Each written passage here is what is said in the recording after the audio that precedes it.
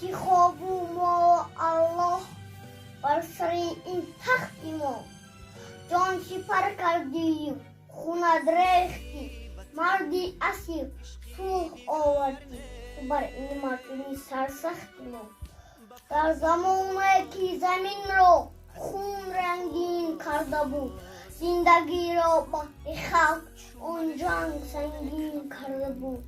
در زمان هموطن مهر خونی هموطن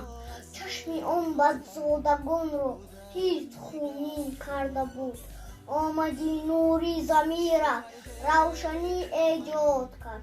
از نوشروانی تو مهر را بنیاد کرد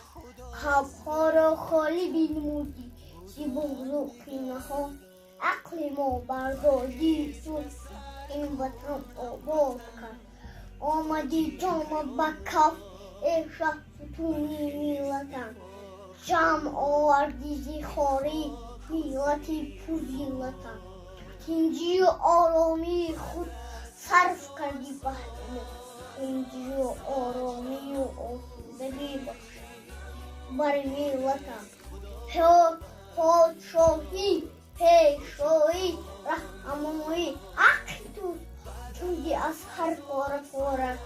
تاجیکستان چونکه از یک ملتی که بود رو برنامودی تو دوباره تاجیکان ای الها تو گردن هزار دشمنانی تو بکردن خوارزار هر کسی که چشم بد دارد به تو حق چشمش کند به اختیار الله